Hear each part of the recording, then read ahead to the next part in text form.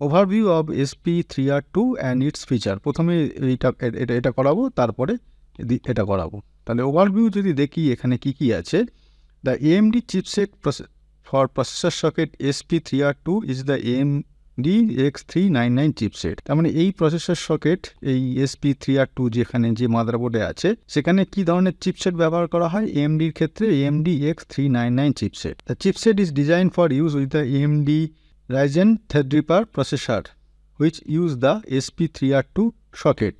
এটা হচ্ছে এই ডিজাইন করা হয়েছে পার্টিকুলার এই প্রসেসর, AMDর যে পার্টিকুলার এই প্রসেসরটা আছে সেই প্রসেসরটা যাতে এখানে সাপোর্ট করে বা এর উপর কাজ করা যায়।